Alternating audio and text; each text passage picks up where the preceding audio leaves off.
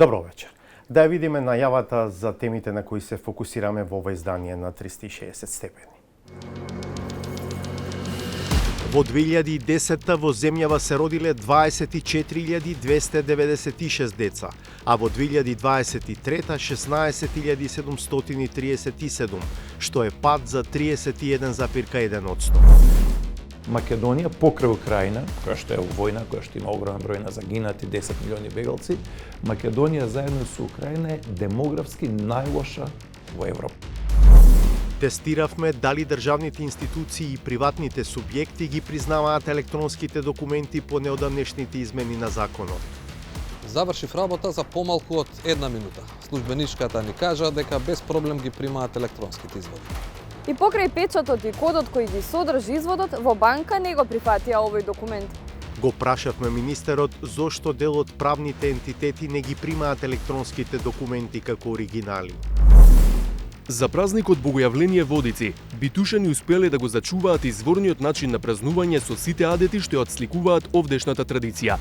И да се раскажува со месеци не може да се доживее тоа што се чувствува тука.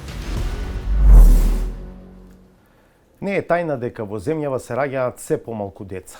Ние се зафативме да пресметаме колку помалку и дали тоа важи за сите етнички заедници и региони на државава. Загрижувачки е умерена оценка за резултатите. Прашање е дали годинава ќе има 16.000 новороденчиња во цела држава за споредба со 2010 кога се родени повеќе од 24.000. Другите детали од Владко Чаловски. Штип е универзитетски, здравствен и економски центар на истокот од земјава. Општината, според последниот попис, има околу 45.000 жители. Не толку одамна, во 2010-та, штипјани станале 537 новороденчиња. Тоа што загрижува е дека во последната цела година за која има податоци, 2023-та, во општината имало 335 новороденчиња, што е само 62,4% од бројот на деца од пред 14 години. Дали знаете дека бројот на новороденчиња е опаднат? Абе секаде е опаднат. Цела Македонија, не само во Штип. Да, општо. Зошто сметате дека? Не се вработени луѓето, немат екзистенција, немат фамилија, не може да створат. Како? Со кој пари ќе ги чува децата? Точна е констатацијата дека бројот на новороденчиња се намалува низ цела земја, но феноменот не е секаде ист. Според податоците од Државниот завод за статистика кои ги анализиравме, меѓу поголемите општини, Штип бележи едно од најголемите намалувања на бројот на новороденчиња споредено со 2010 година, 37,6%. Од поголемите места полошо стојат Прилеп, Гостивар и Велес. Малку подобро, но слично намалување како Штип имаат Кичево и Струмица, додека Куманово е близу на државниот просек, кој покажува дека на ниво на цела земја во 2023 се родиле 31,1% помалку деца отколку во 2010-та. Во Скопје бројот на новороденчиња е намален за 16,2%. Зошто нема деца, за мислење ги прашавме штипјани. Секој втор кога прашаш, не знам, не сакат. Дали самиот живот, стандардо, не знам. Не и млади изгледа, нема доволно плати и кој сака да почне фамилија тука, одат по странство. Дрвато се кашат од нешто. Што, од финансии? Па од финансии, веројатно. Народо нема пари. Може од тоа да е. Тоа треба државата да си го преземе, што да прават младите, да ги задржат, друго што? Да дадат поголеми плати. И првиот човек на Штип, градоначалникот Иван Јорданов, вели дека е видлив падот на наталитетот. Основната причина за трендот ја гледа во миграцијата на младите. Ние како локална самоуправа имаме инструменти преку кои што можеме делумно да влијаеме на намалување на процентот на миграција, но не во значителна мера, затоа што се опфатни се причините и факторите заради кои што се случува тој тренд на старење на нацијата, на помалку родени деца, на поголем процент на иселување. Дека миграцијата е фактор и тоа не само кон странството, кои село град говорат бројките. Ако се погледнат 10 општини во земјава каде има најголемо намалување на бројот на новороденчиња, речиси сите се рурални средини. Неверојатно делуваат фактите дека во општина Конче сега се раѓаат 80% помалку деца од пред 14 години, или дека во Градско, Маврово и Ростуше, Пласница, Новосело, бројот на новороденчиња е намален од 65% до 70%. На другиот крај на листата, со мали исклучоци се скопските или општини кои се блиску до Скопје. Вевчани и Центар се единствените општини во земјава кои бележат повеќе новороденчиња во 2023 споредено со 2010 година. Меѓу оние со најмало намалување на државно ниво се Сопиште, Старо Нагоричане, Бутел, Ѓорче Петров, Карпош, Илинден, Зелениково, Кисела Вода. Па, што од тоа што може го прави Јорданов за штипјани да не бегаат во странство или во Скопје? Ни одговори, го развива градот во урбана средина која нуди можности за модерно живење. Во периодот кој што следи, како локална самоуправа работиме на создавање на едни нови населби, затоа што во комуникација со пред се онаа старосна граница на наши сограѓани кои што се во фаза на создавање на семејство, на собствен дом, тие бараат од нас како јавни чинители да им овозможиме, еве да кажам, можност за свој собствен дом, можност за да го потрошат своето слободно време на прав начин. За разлика од другите општини, Јорданов е против субвенционирањето родители за новороденче. Верува дека решението е далеку посложено и дека за него треба национална стратегија за да има резултати. Но не мислат сите дека иселувањето е клучниот фактор. Никола, Софија, Лука, Јована. Овие деца се од генерацијата штипјани родени меѓу 2022 и 2023 година, кои ја посетуваат градинката Астибо. Директорот е секојдневно соочен со трендот на помалку деца. Во минатото имавме 4 клона и имавме 850 дечиња, а сега во 5 клона, бидејќи се догради уште една детска градинка под наша контрола, сега во тие 5 клона имаме околу 800 дечиња, што значи видно низ годините таа бројка се гледа и се намалува. Една од причините за намалениот број новороденчиња, според Митров, се изменетите вредности кај младите.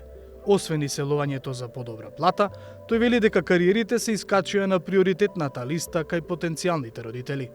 Тоа ја оневозможува, особено на женскиот пол, да се одлучат што порано да одимаат дечиња, за да има време кога да одимаат и 2 и 3 во фамилијата.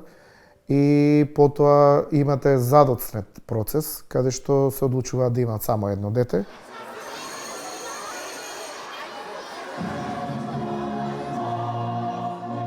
Вака изгледа секој понеделник во основното училиште Димитар Влахов во Штип. Директорката Невена Величкова вели дека барем во нивното училиште бројката на новозапишани деца е стабилна, но веќе станало вообичаено да се проречуваат оделенијата во текот на годината, најчесто поради иселување со родителите во странство. За жал, да, таков е трендот. Денес сите ние во современиот свет потрка по кариера, потрка на професионален развој, екзистенција понекогаш бараме повеќе простор за кариерно докажување. Некако семејството останува во втор план. А дека намалување на новороденчиња не е феномен само на една етничка заедница, покажуваат следните податоци. Бројот на деца родени од мајка македонка во 2023 година бил понизок за 33,6%, споредено со 2010. Бројот на деца родени од мајка албанка во истиот период паднал за 23,1%. Ромките родиле 44,8% помалку деца во 2023 отколку во 2010. Турчинките 31,9% помалку. Тоа се, сепак, просеци, а општина Желино, која според последниот попис брои 99% албанци, е едно од местата под просекот. Овде во 2010 година се родиле 368 деца. Во 2023 имало 228 новороденчиња или 38% помалку од пред деценија и кусур. Градоначалникот Блерим Саидиу вели дека основната причина за комплексното прашање е иселувањето, а тоа пак е последица на погрешни државни политики, партизираноста и корупцијата. Тој не е од оние градоначалници кои даваат субвенции за новороденчиња. Смета дека така нема да помогне да се реши проблемот со наталитетот. Додава дека младите треба да бидат похрабри.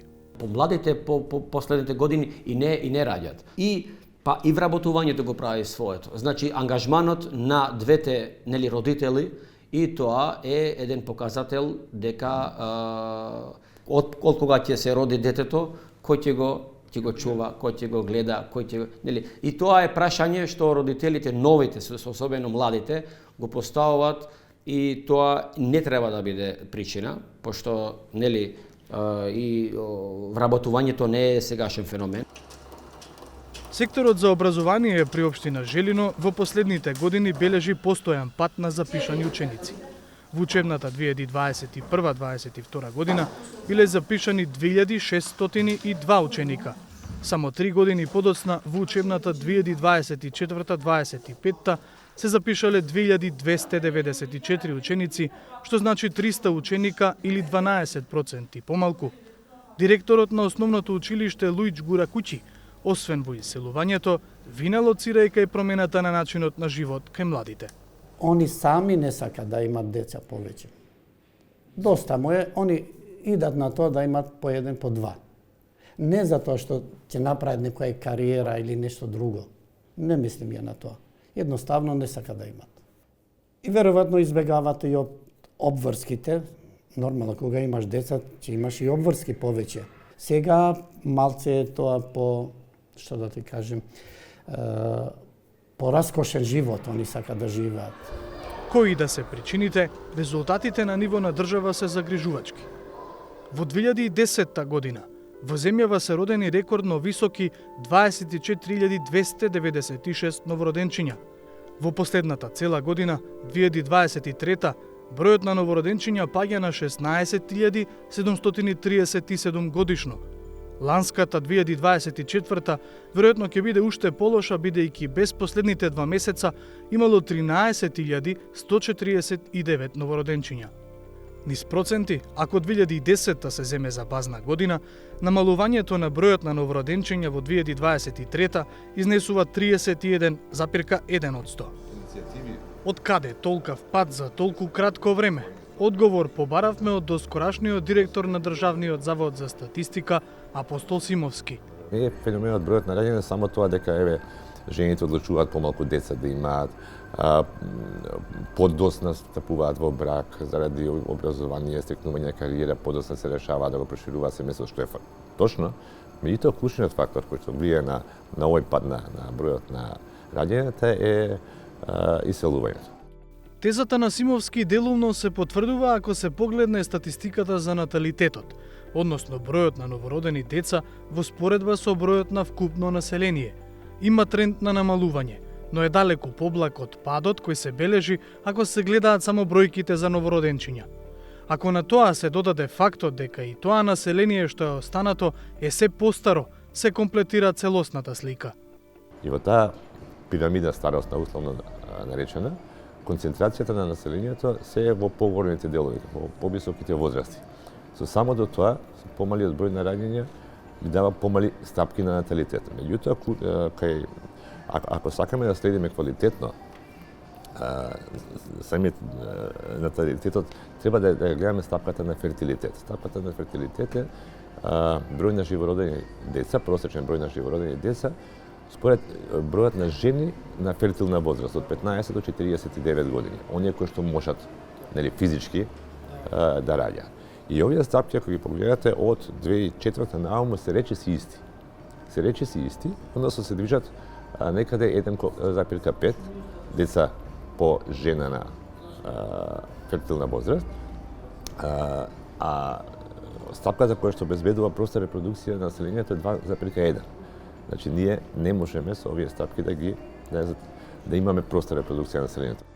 Според Симовски, треба да се работи на програми и за поддршка на потенцијалните родители, но и за задржување на населението во земјава. Додава дека станува збор за сложен проблем кој бара мултидисциплинарен пристап кој ќе ги подобри економските, социјалните и културните услови. Бидејќи ниту едно општество, па и македонското, не може да има иднина ако нема кој да ја продолжи приказната.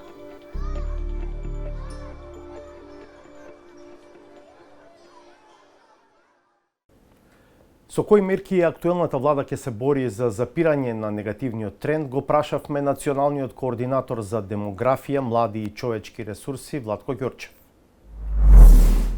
Земјите се обеднуваат на различен начин да работат на ова прашање. Ние Значи, како дел се работи, дел од европски земји се работи со увозна работна сила, дел од нив исто така работат и на сопствената демографија, значи даваат поддршка на мајки, ова прашање кое што го спомнав со градинките, дел од нив и тоа како ќе работат, вклучувајќи и Македонија, ќе работиме сериозно на тоа, во делот на домувањето, особено за младите. Значи, различни се приодите, но уште еднаш ќе речем, не е seедно кога некоја земја има падна население како Италија, која што има 60 милиони жители, и Македонија која што има 1,8 милиони жители. Ние сме многу помали и ние едноставно многу побрзо се тенчиме, па дури и на некои места исчезнуваме. Така што, уште еднаш ќе речем, ќе работиме и тоа како, ќе работиме и во делот на даноците на платите, во делот на домување, особено на младите, во делот на градинки, во делот исто така на корпусот на прашања поврзани со неплодноста, инвитро оплодувањето, значи се работи за комбинација од мерки. Во ниту една држава на светот нема една мерка и да се рече, ете, тоа успеало. Значи, секогаш се работи за комбинација од мерки и тоа и ќе го примениме во Македонија. Интервјуто со Ѓорчев на оваа тема ќе го видите малку подоцна во емисијата.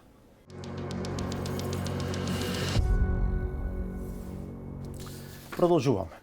Без многу фанфари поминаа законските измени во област што има големо практично значење за граѓаните. Од почетокот на годинава сите државни институции и приватни фирми се должни да ги прифаќаат како оригинални документите од државните регистри кои се извадени електронски и испечатени на лист хартија, без досега задолжителниот СИМ печат.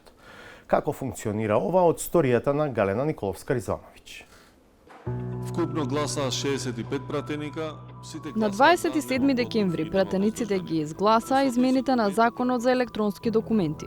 Главната новина е тоа што документите издадени од државните институции, а стекнати по електронски пат, ќе важат исто како и класичните со печат. Ке извадите некоја услуга од порталот, ева да земеме уверение за државјанство, долу таа е потпишана со QR код, времен жиг, електронски подпис, но кога ќе отидете во суд или во некоја друга институција да го приложите, ќе ви кажат ова не е оригинален документ, тука е фотокопија.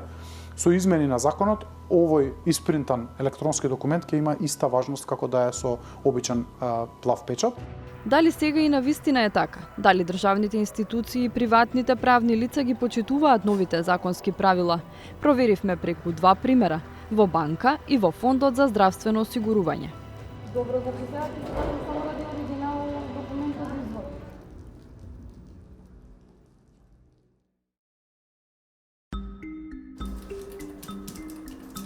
Откако ќе се регистрирате, а потоа и ќе се најавите на порталот услуги Gov.mk, може да поднесете барање за издавање на различни документи, како физичко лице или како компанија. Според податоците на веб страницата, меѓу најчесто бараните услуги од граѓаните се потврди за неосудуваност, за работен стаж, како и дозволи за поседување оружје. За да ги тестираме институциите дали ги прифаќаат електронските документи, аплициравме со барање за извод од матичната книга на родините. Мене ми беше потребен за да отворам сметка во банка на малолетната ќерка. На колегата пак, за да ги ажурира податоците, односно да ги исправи двете грешни букви во презимето на неговиот малолетен син во системот на Фондот за здравствено осигурување. Услугата не чинеше по 164 денари. Кај колегата, известувањето дека изводот е готов стигна речиси веднаш, само 20 минути од поднесувањето на барањето.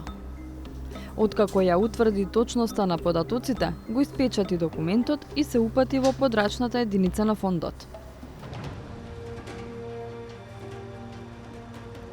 За промена на лични податоци на дете. Грешни се во здравствена книшка, уште од раѓање. Еве извод. Чекате само неговата книшка. Брзо, готово. Поправено, значи. Добро. Завршив работа за помалку од 1 минута. Службеничката ни кажа дека без проблем ги примаат електронските изводи. Моето барање за извод од матичната книга на родините за мојата ќерка го поднесов во ист ден со колегата. Документот ми стигна по еден работен ден. Како и колегата, го испечатив и тргнав во проверка дали ќе биде вреднуван како оној со син печат. Целта беше да отворам трансакциска сметка за дете, зашто е потребно барање, моја лична карта и извод од детето. Со документите се упативме во експозитура на една банка во Скопје. А таму... Добро, за сега ќе се кажам само ради оригинал документот извод. Нели имаше некој закон сега дека од јануари бара?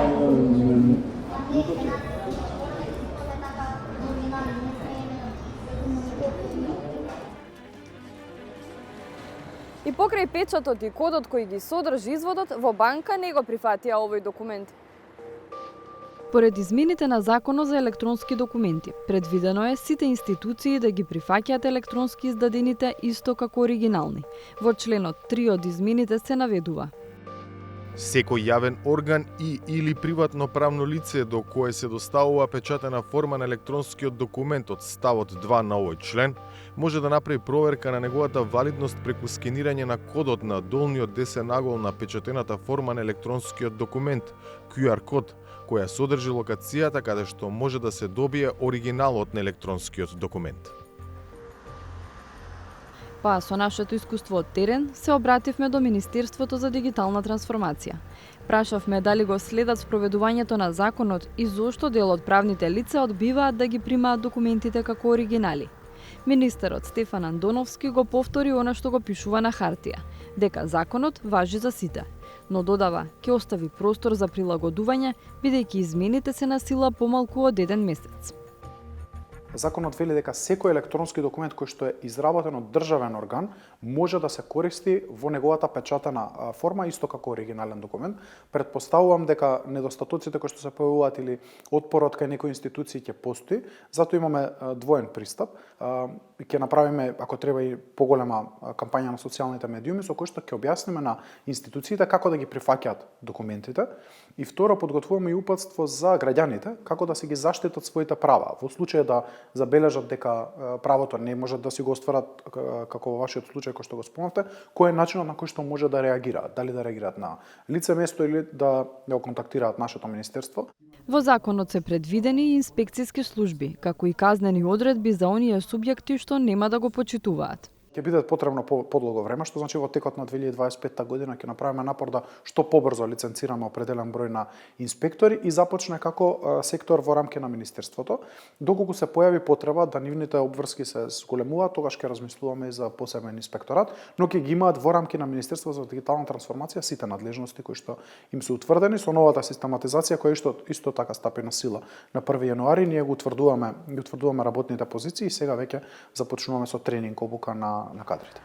А додека инспекторите да почнат со работа, од Министерството најавија дека ќе објават и ќе испратат упатство до институциите и до приватните правни лица. Во него детално ќе биде објаснето како да ги прифаќаат електронските документи. Преселбата во урбаните центри замре многу села низ земјава, а со тоа замреа и бројни традиции. Тоа е една од причините зошто долнореканското битуше е феномен што и пркоси на современоста. Таму се уште може да се види во живо и материјалното културно наследство на македонските носии, но и духовното на обичаите за празникот Водици. Репортажата е на Иван Нишотовски и Зоран Јовановски.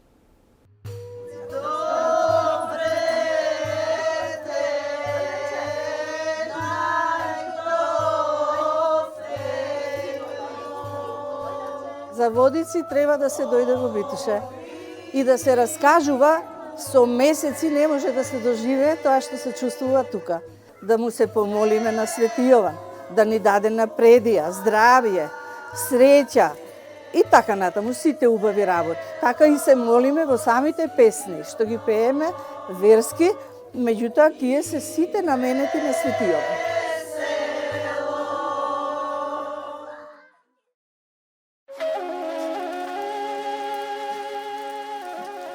За празникот Богојавление Водици, битушани успеле да го зачуваат изворниот начин на празнување со сите адети што ја отсликуваат овдешната традиција. а старите адети во модерно време се блиску до атракција. Да ви кажам искрено, во денешно време, во 21. век, во 2025 година, да се успее да се задржи оваков адет, традиционален обичај, е навистина фасцинантно и едноставно бара големи напори и пред се желба и љубов за да може да се одржи, бидејќи современото живење налага нешто друго. Сите нели сме во трка по некои современи технологии, по современ начин на живот, а ова е навистина архаично, не само традиционално, него е баш изворно, така што е со еден збор фасцинантно. На Водици уште рано наутро, битушани се собраа на литургија во црквата Свети Архангел Михаил. Легендата вели дека кога османлиите дошле за да го исламизираат селото, токму овој светец им се појавил како привидение и ги спречил. Затоа жителите му посветиле црква сред село. Да ме спомне Господ Бог по своето царство. Битуш е единственото село во Реканскиот крај, по течението на Радика, што во целост останало христијанско. Во дворот почнаа да пристигнуваат и жените кумстарки, облечени во селски носи, кои се главната специфика на Водици во Битуше. Водиците се женски, се будиме некаде во 5 часот наутро. Сите така возбудени заради тоа што го чекаме најубавиот ден да ни дојде Водици. И во куќата имаме околу 5-6 жени, зависно колку сме во домот. Најстарата членка од семејството не припрема, значи сите почнуваме од најмалите па до најголемите и се спремаме за овој голем настан. По литургијата, жителите се подготвија за највозбудливиот чин, положувањето на крстот во осветените води. Поворката тргна од црквата, мина низ подмрзнатите селски сокаци и заврши на Битушка река. Студената речна вода, што вообичаено ја избегнуваме во зима, се верува дека на овој ден ќе им донесе здравје на момчињата што учествуваа во обредот.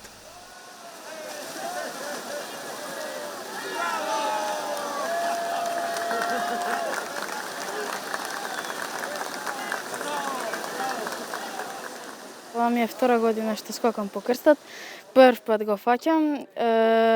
Сакам да кажам да има све љубов, здравје, среќа.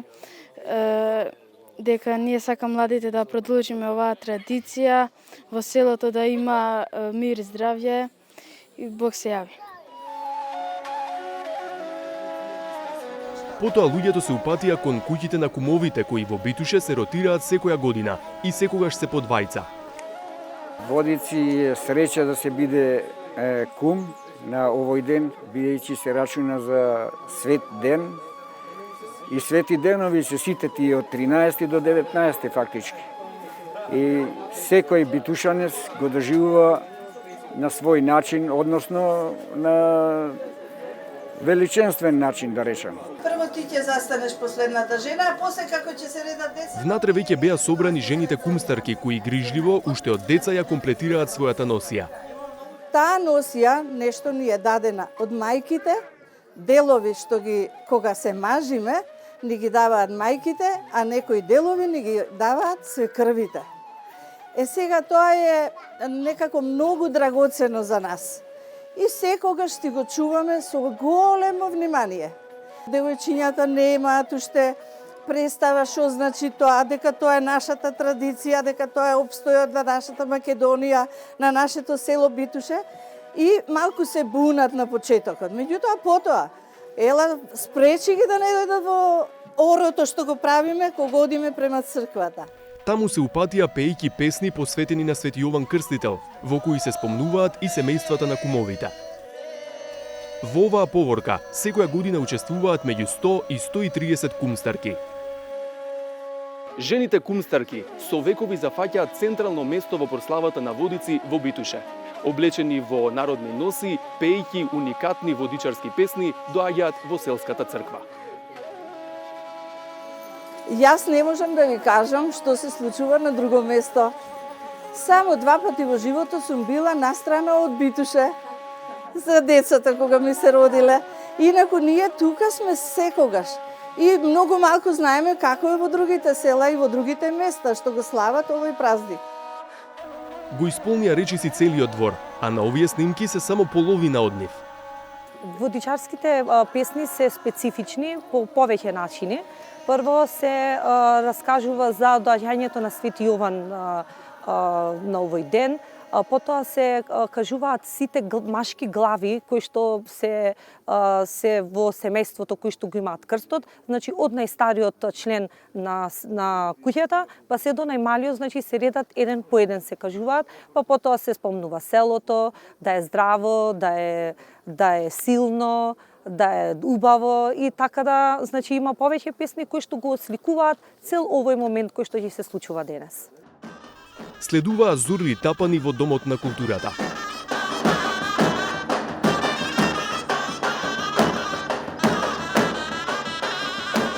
Пустото за Водици се чека со децении и долго останува во сеќавањата на битушани.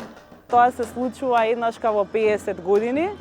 Нашата фамилија Милошевски биле кумови 75-та или 6-та, не знам точно, кога е роден мојот најстар брат. И ние сега го дочекуваме, како возрастни луѓе, имаме и ние своји деца, своји фамилии, кои што се тука сега го присутни и пробуваме да пренесеме традицијата. Баш се слави жената како носител на семејството, на куќата уствари. Така да од тука почнува цел ред. Лебовите се месат со крстената вода, што претходно со обред се прави во самиот манастир доле. Се редат невестите, тоа се во наводници ќе го кажам, има и као мал надпревар. Која куќа поише невести ќе има во редот нивни наместени. Колку поише невести, толку ти е побогато семејството. Од црквата со крстовите што секоја година се пренесуваат од куќа во куќа, дома си заминаа новите кумови кај кои ќе се слави до година. Следуваше ручекот дома кај годинешните кумови, каде повторно предност први да седнат на софрата имаа жените кумстарки. Ова е традиција со години, долги години, многу. Порано се прославувало можеби малку поскромно, сега се прославува во вид на свадба. Буквално. Да. Друго, на 19-ти, гледате, последниот ден тоа е, се канат сите на ручек, прво кумстварките, после целото село и сите други гости што се дојдени и пријатели. Според податоците од претходните пописи, најголем број жители во Битуше имало во 1961 година, 581. Според пописот од 2002 година имало најмалку 96. Но на пописот во 2021 година официјалната бројка на жители се зголемила на 161. Уникатното празнување на Водици во Битуше во 2019 година владата го прогласи за културно наследство од исклучително значење.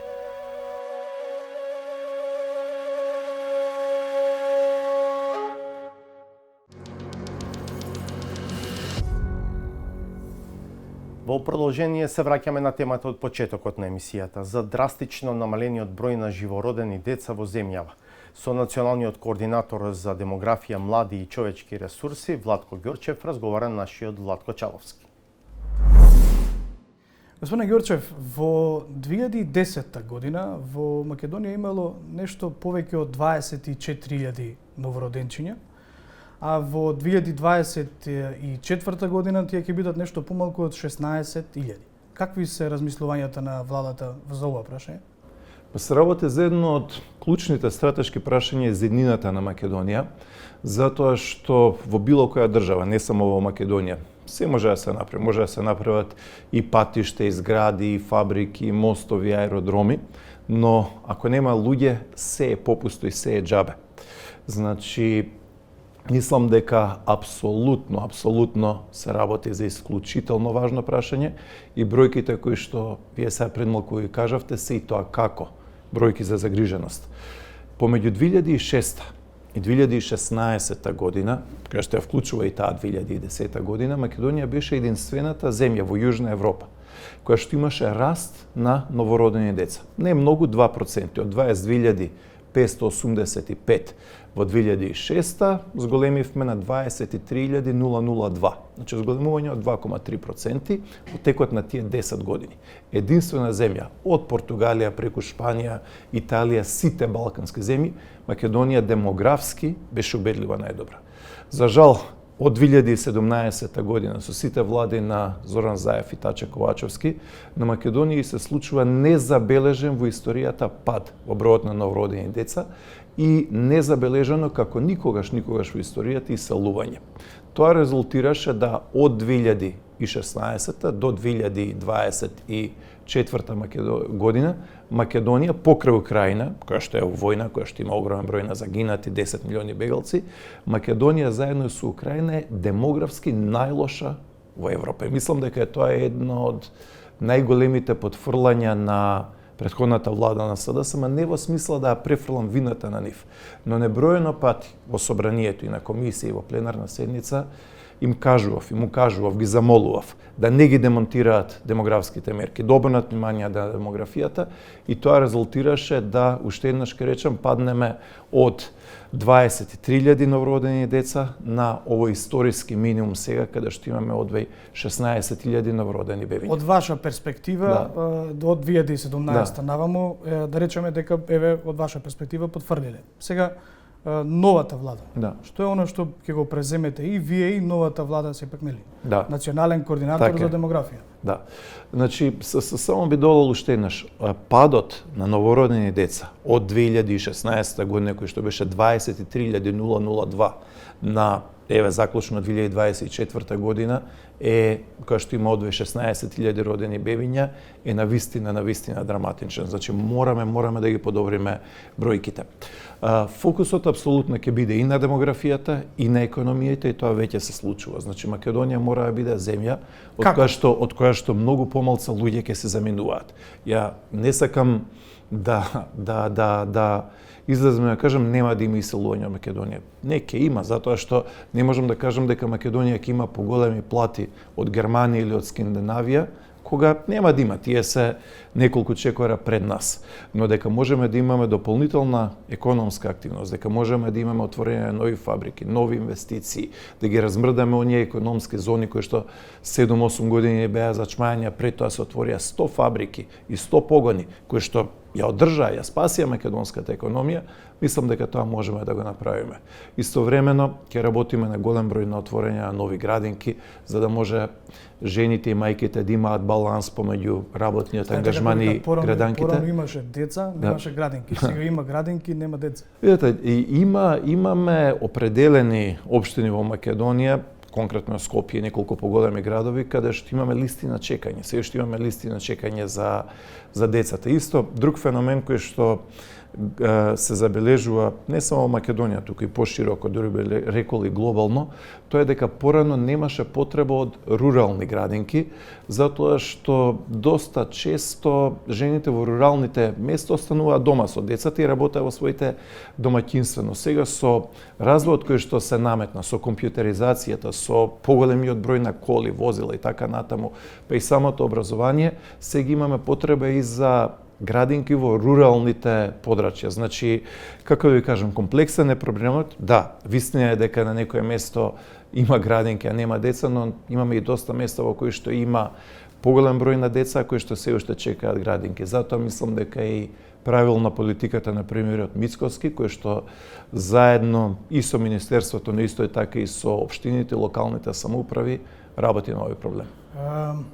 Рековте, ќе треба да се донесат инвестиции, ќе треба да се зголемат платите, нели? Во однос на модалитети од Европа, еве веќе помина над половина година помина како е оваа влада, сте разгледувале ли држави кои што имаат стратегии, кои што им помогнале со зголемување на бројот на новороденчиња? Се работи за еден од најтешките проблеми за цела дузина на европски земји. Земјите се обеднуваат на различен начин да работат на ова прашање. Значи, дел се работи, дел од европски земји се работи со увозна работна сила, дел од нив исто така работат и на сопствената демографија, значи даваат поддршка на мајки, ова прашање кое што го спомнав со градинките, дел од нив и тоа како ќе работат, вклучувајќи и Македонија, ќе работиме сериозно на тоа, во делот на домувањето, особено за младите. Значи, различни се приодите, но уште еднаш ќе речем, не е се едно кога некоја земја има падна население како Италија, која што има 60 милиони жители, и Македонија која што има 1,8 милиони жители. Ние сме многу помали. И ние едноставно многу побрзо се тенчиме, па дури и на некои места исчезнуваме.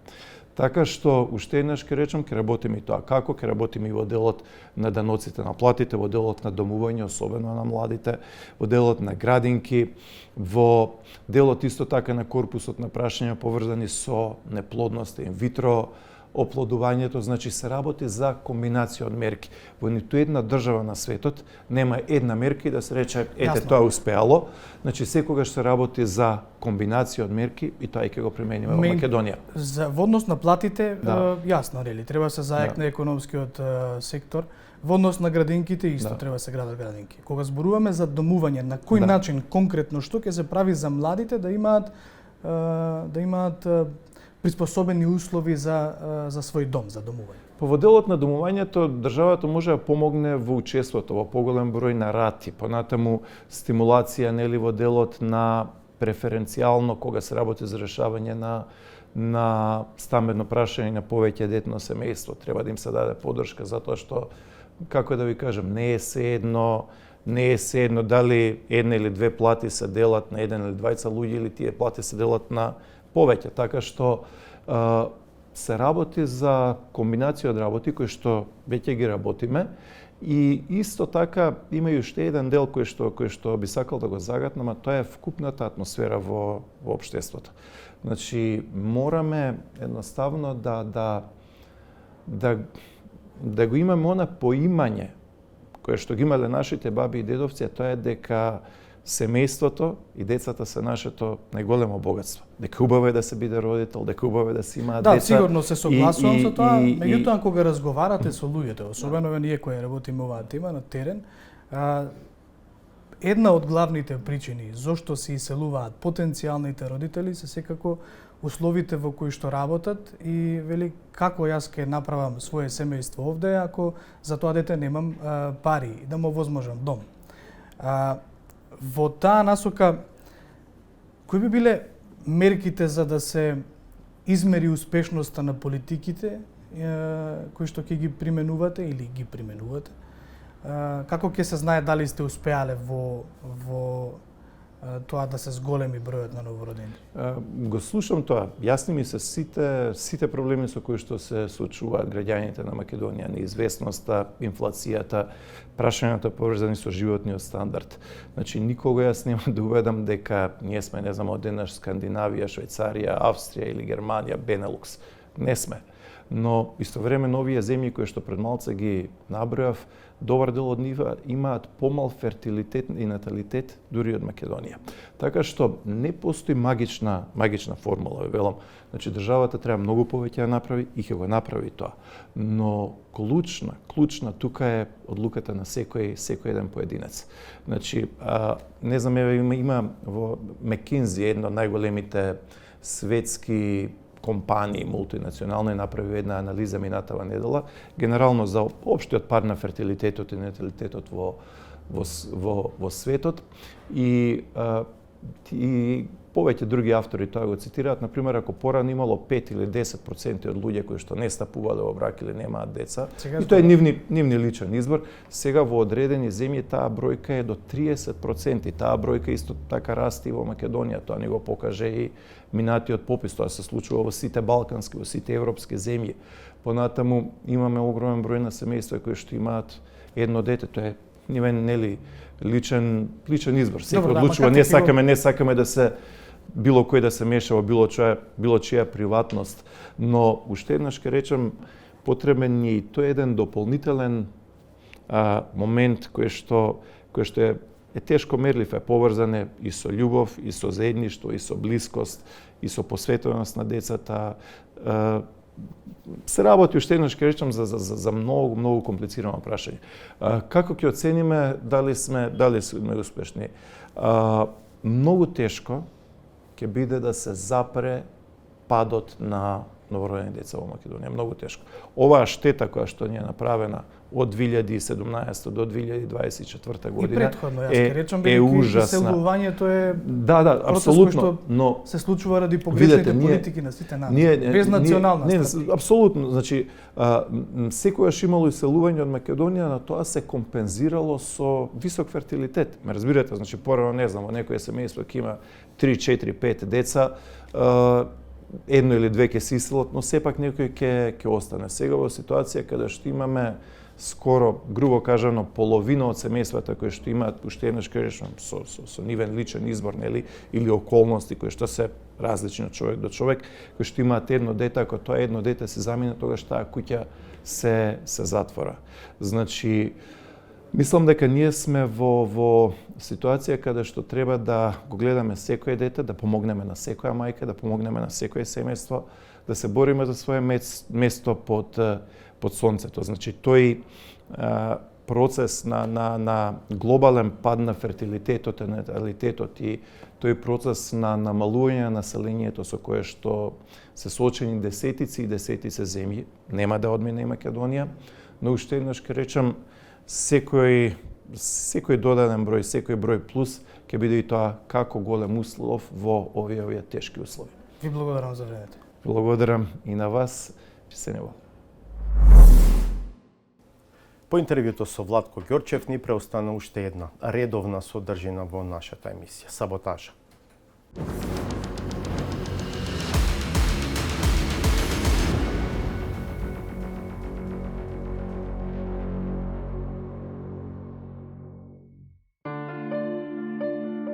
Една македонска општина го скрши мразот и сериозно се квалификува за влез во агендата на Доналд Трамп за преименување географски поими. Иако не е заверување дека не чул, но во секој случај треба да му се шепне дека поради водечката улога во спречувањето на трансродовото лудило, некој пограничен град во Америка, например Ел Пасо, заслужува да се нарече по наше ново село. Исто така, на што можеме како состав на советници и градоначалник може сме горди дека сме првите кои што донесовме и дефиниравме што е маж, што е жена. Некои општини знаат што прават, некои како да немаат поим што се случува. Па дури на самите седници, каде не само советниците, туку и председавачите, ги оставаат отворени дилемите околу уредноста на процедурите и делуваат збунито. Една одлука што е битна за нас и битна да ја усвоиме на денешната итна седница. Процедурата деловникот е итна. Јас рекав итна, па ако е редовна, не е вонредна. Вонредна знаеме како правиме.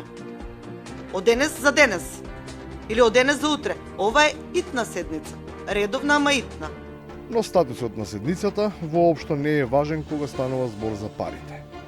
Тоа што тешко се стигнува до кворум и до одлуки важни за граѓаните се должи на правилата на игра кои се устроени по мерка на членовите на советите. Тие само се куцаат со картичката и исчезнуваат.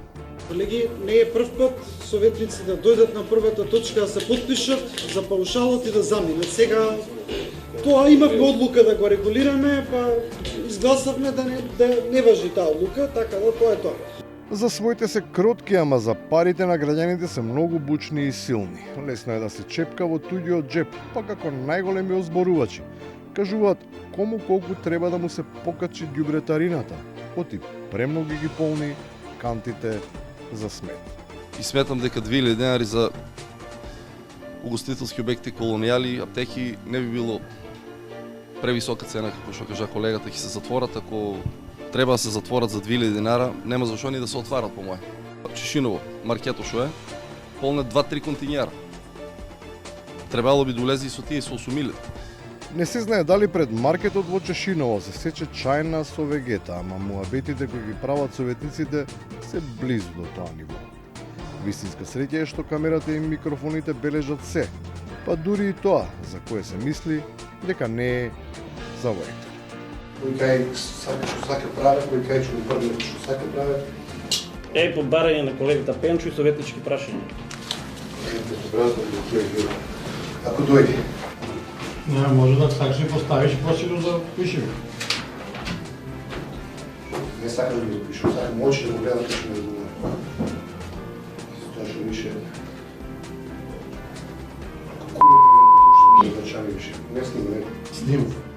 И на крајот, до Росома нека вадрци, ама Прилеп по божикните снегови му стана сериозна конкуренција. На улицата Петта Прилепска стазата одлична, таа е во две правци, може да се користи за паралелен слалом. Улица Крумево Наровски, добра е стазата за велеслалом, а па улица Борка Талески за спуст. Тоа што во Прилеп можело да се скија, не значи дека како и секогаш кога ќе падне снег, поради зимската служба, лјаните се насакани. За вечерва завршуваме. В понеделник ќе се видиме во редовниот наш термин од 20:15 овде на Марат 1. Пријатно.